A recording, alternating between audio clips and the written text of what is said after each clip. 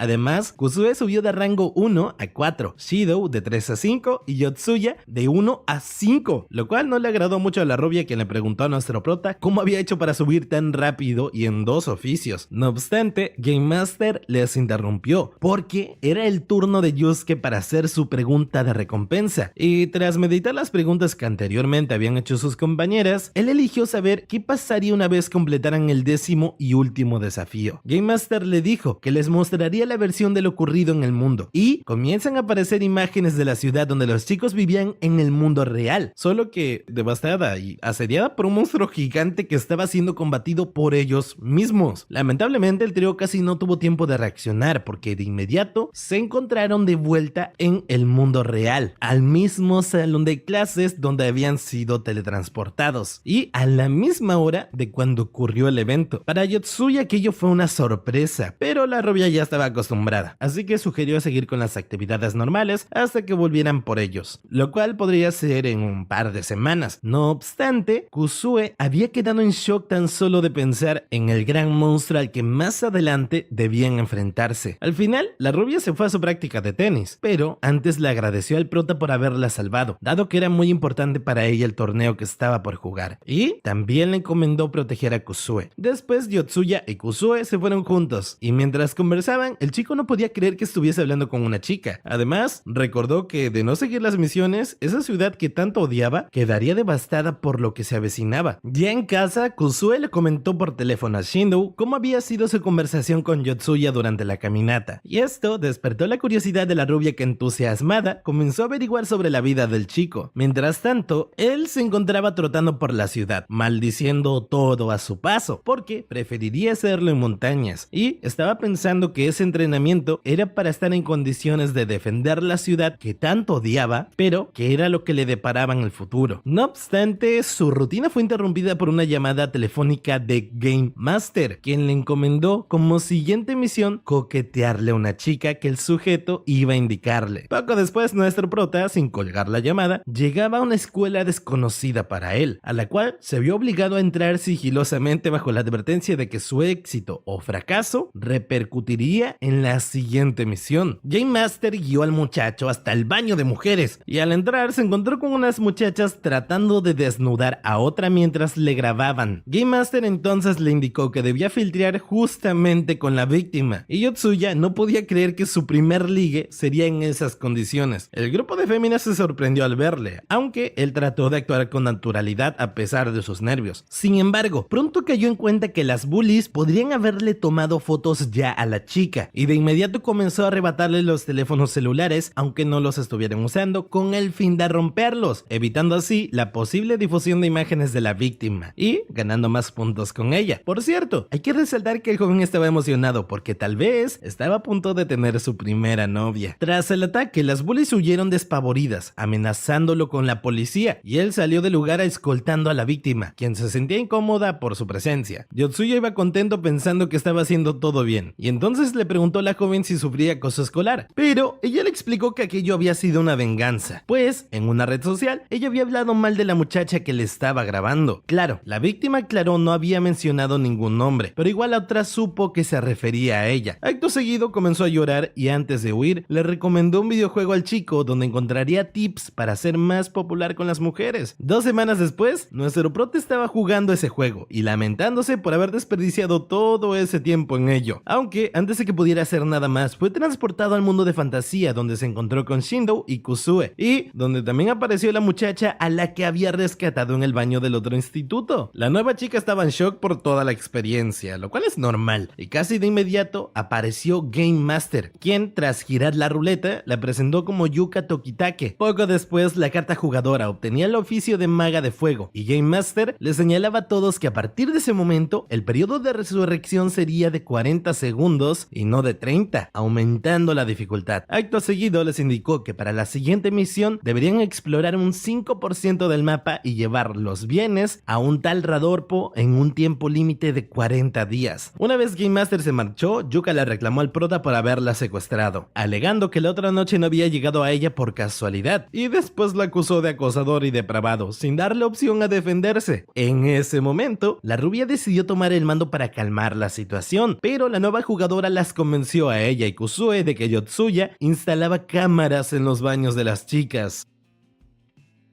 alegando que eso era lo que habían dicho las compañeras que las estaban acosando en el baño del otro día. Obviamente, esto hizo que las 3 chicas se fueran, dejando a nuestro prota solo y confundido. Para completar la nueva misión, el grupo decidió separarse con el fin de cubrir más espacio, y la rubia le explicó a la nueva cómo ubicar a todos en el mapa. Shindo terminó emparejada con Yuka, a quien animó a no ser tan formal, dado que al fin y al cabo, ella era la de más edad en el grupo. Pero Yuka se excusó respondiéndole que, en todo caso, la rubia era quien llevaba más tiempo en ese mundo de fantasía. De hecho, para Ruka, la rubia era genial y llegó a compararla con un personaje idol famoso llamado Magiha Purple. Sin embargo, Shindo no perdió tiempo y aprovechó para interrogar a la otra sobre todo el asunto del acoso escolar, porque había notado que Yuka estaba buscando reconciliarse con quienes la intentaron grabar desnuda. En su defensa, Tokitake alegó que siempre había evitado a toda costa ser flanco de bullying, pero en esta ocasión cometió un error y les había dado un motivo a las otras de atacarla. Fue por eso que había decidido usar a Yotsuya como un enemigo en común que las uniera. Después de todo, pensaba que no volvería a verle. La rubia entendió su situación y le habló de lo que significa la justicia para ella, y agregó que a ella no le importaría estar sola, con tal de no tener amigas como las acosadoras. Tiempo después, el grupo se reunió, y mientras Shindo se quejaba de que no habían ganado mucha experiencia, y nuestro prota pensaba que las chicas le ignoraban, un bicho gigante cayó muerto desde el cielo, y de él salió un 100 pies enorme que dispara cochinillas justo en la cara de los jugadores, haciéndoles morir instantáneamente. El nuevo oficio del cocinero del prota le daba la facultad de ver el nombre y el nivel de amenaza de los monstruos, por lo que de inmediato supo que se trataba de unos insectos demoníacos llamados Cadomlet y que juntos suponían una amenaza de nivel D. Luego infirió que la cochinilla era el macho y el 100 pies la hembra. Mientras Yotsuba estaba con su análisis esperando a revivir,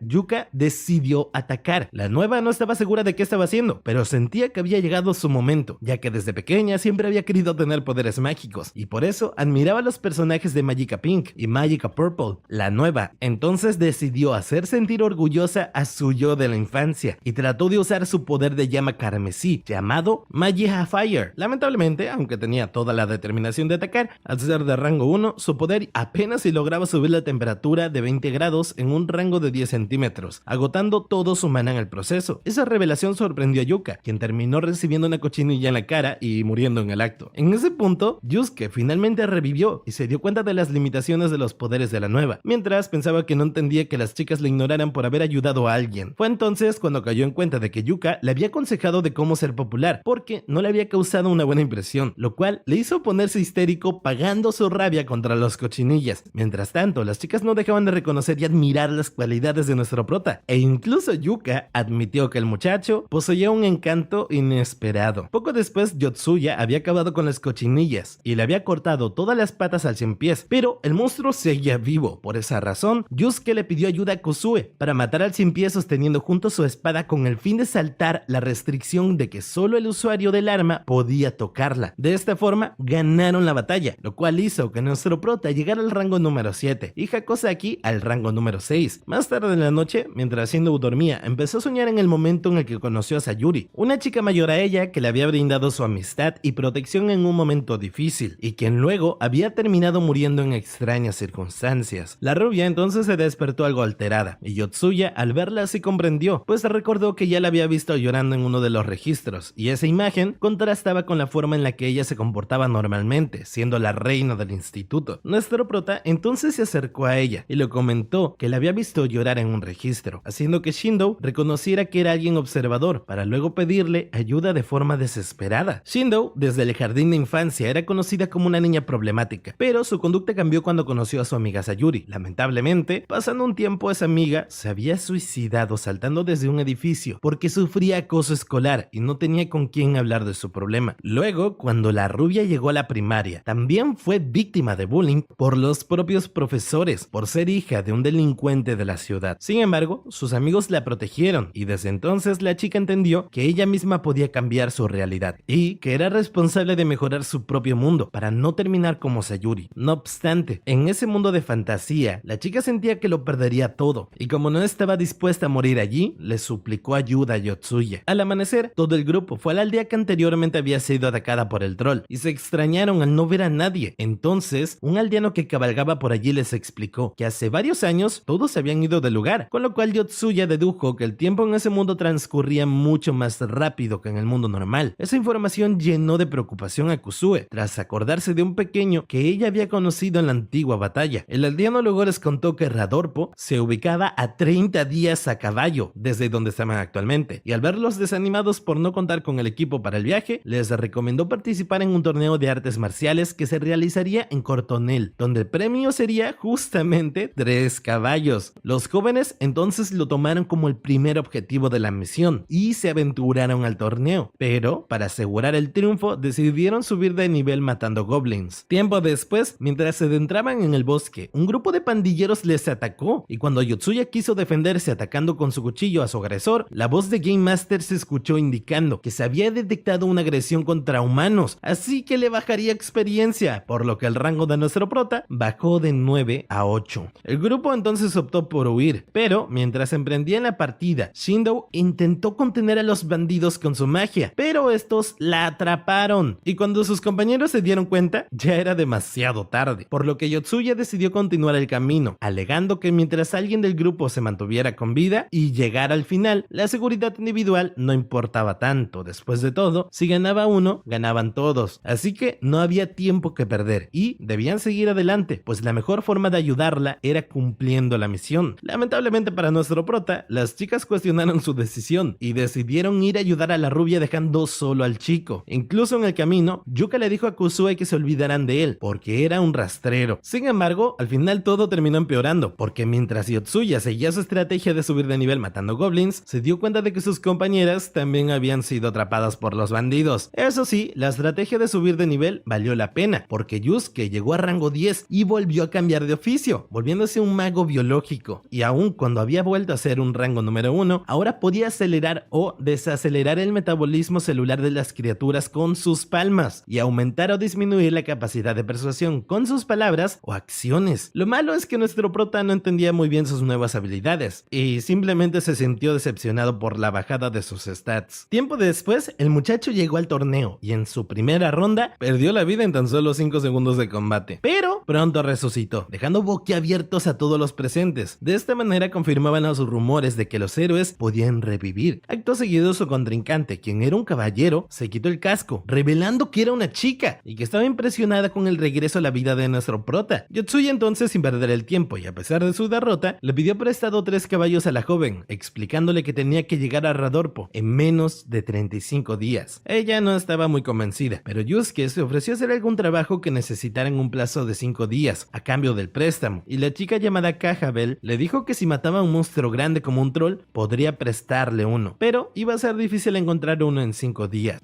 Nuestro prota entonces vio una oportunidad y le ofreció acabar con la pandilla de bandidos, llegando incluso a revelarles la ubicación de su escondite. Sin embargo, al final solo le ofrecieron un caballo, pero el joven vio eso como una esperanza. Al final, decidió que atacarían al amanecer del día siguiente y mientras tanto, la chica se ofreció a ayudarle con sus habilidades de esgrima. Tras un fuerte enfrentamiento, al caer la noche, Yotsuya salió con Kahabel y un ejército a capturar a los bandidos. Poco después, todos llegaron a la guarida y empezaron el ataque. Como era de esperarse, la chica estaba a la vanguardia. Sin embargo, en esta ocasión, nuestro prota estaba luchando bastante bien con sus puños, pues, comparados a los ataques de la chica, los movimientos de los bandidos eran más fáciles de contrarrestar. Además, nuestro prota se dio cuenta de que si le atacaban y él contraatacaba de forma simple, su experiencia no se veía afectada. Al verse vencidos, los bandidos decidieron emplear su arma secreta y liberaron a un berserker para luego salir huyendo. Yotsuya se sorprendió con el nombre y Kahabel le explicó